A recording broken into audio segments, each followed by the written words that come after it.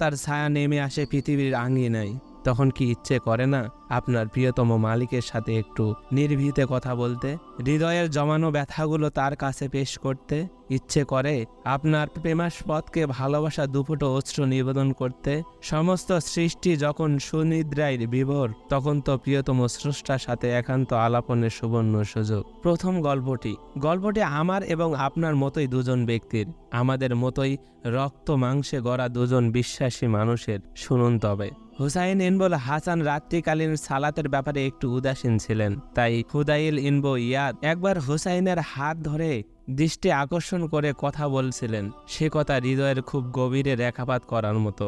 শোনো হুসাইন, আল্লাহর পূর্ববর্তী অনেক কিতাবে বলেছেন যে আমার ভালোবাসা দাবি করে সে মিথ্যা বলে। যখন রাত নেমে আসে সে আমাকে ফেলে কিভাবে ঘুমিয়ে থাকে। আচ্ছা, প্রত্যেক প্রেমিকই তো তার প্রেমাস্পদকে নির্ভীতে পেতে চায়।